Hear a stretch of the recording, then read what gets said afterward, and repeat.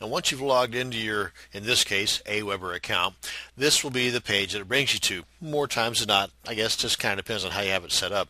But this is the home page, and the last list that I was working on will show up here in the current list.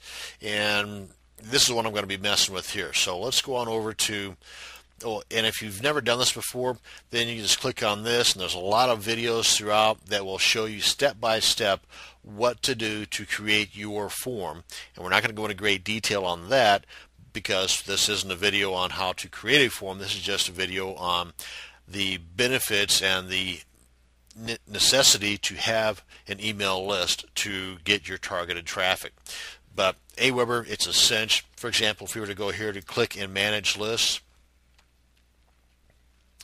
you can just come on over here, click on create a new list, and down here at the bottom, you're going to get a little box pop up here in a second.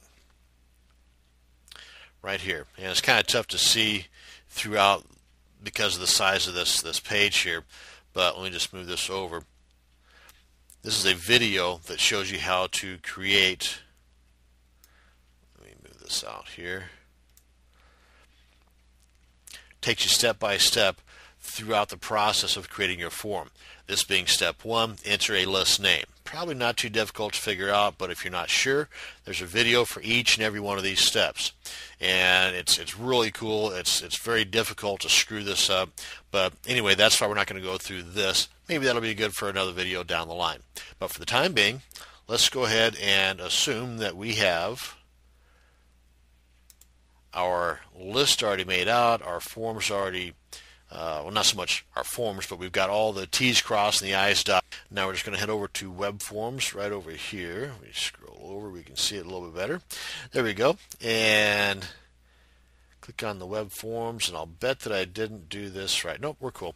Yep, the current list. This is the form that I want. And if we scroll down a little bit, this gives us the details on that form.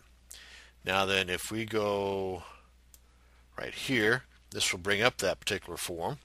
In case you want to make any changes and the like, there's a step one, form details. You can kind of see the grayed out part here.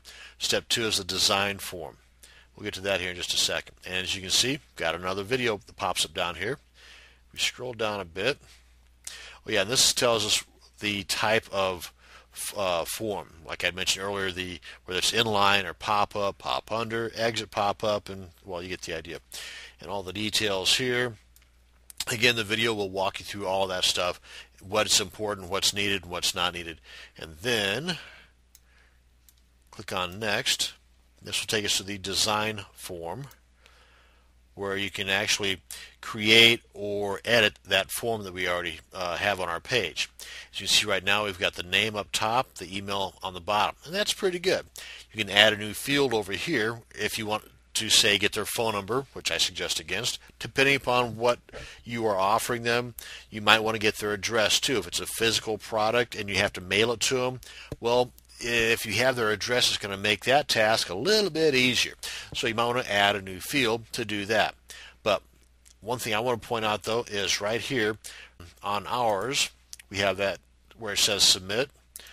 And like I had mentioned earlier, using the JavaScript method versus the HTML method, all you have to do, if you want to change that word from submit to, say,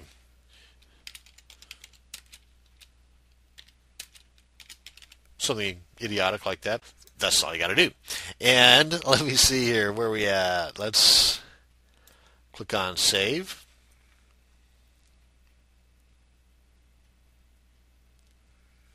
Success, your web form changes have been saved. And just for the heck of it, let's head over here and just refresh this page and see if that's changed at all. Well, I'll be darned, lo and behold. And that's the benefit of having, because I didn't post any new code or anything, that's the benefit of having that JavaScript on there versus the HTML code. The HTML code would require you to come back in and repaste that code into your page. So let's go ahead and head on back over here. So much for that demo. And on the web form, after you have it all set up the way you want, you click on Get HTML. And this is the JavaScript code that I already have, that I just showed you on our page. And if you wanted to be more able to do some more customizing, you would click on the raw HTML version, and you could just click here, right click, copy, and then paste that onto your page in the same spot that we had the, well, actually you can put it anywhere you want, but as I had mentioned, in the top left corner of your web page is the best place to put that. And you are good to go. And you have something that looks like this. And remember, the key to keep your email list happy is you do not constantly bombard them with a sales message. Your message should also contain quality content. So keep that in mind to keep your email list happy and constantly growing. As a final note in this video, I want to mention to you that the carrot, if you will, to entice, for lack of a better word, your reader or visitor to provide you with their email address and their name is something that you should provide them with related to the niche that you are working on. For example, if you have a gardening website and you want to get their name and email address, then provide them with some timely tips on pruning, or use your imagination. You're probably more into this than I am for whatever niche you're involved in, but provide them with something free and related to that particular niche. In other words, if you have a gardening niche, don't provide them with something dealing with dog training. It's just not going to be as effective who knows, maybe you might get lucky, but it's not going to be as effective as if you were to provide them with a video or some kind of ebook or report that is related to that particular niche. So again, to get a better all-round view, take a look at some of the do some surfing around the internet, take a look at some of the other email capture forms out there and what is being offered and what safety features or verbiage that they have on that form that makes you feel comfortable in providing them with your name and email address. And like I said, emulate that.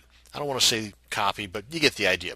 You want to adopt some of the traits that you see that are effective and put those same traits or those same steps on your email capture form. And again, too, if need be, sometime down the line, you can always put different variations of the same form on different pages. You should have an email capture form on every single web page you have on the internet.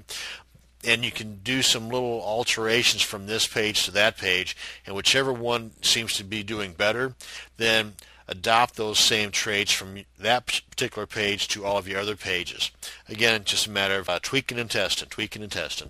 And that's going to bring us to the end of this video on how to use autoresponders to create, grow, and maintain your email list, the best targeted traffic you're going to come across.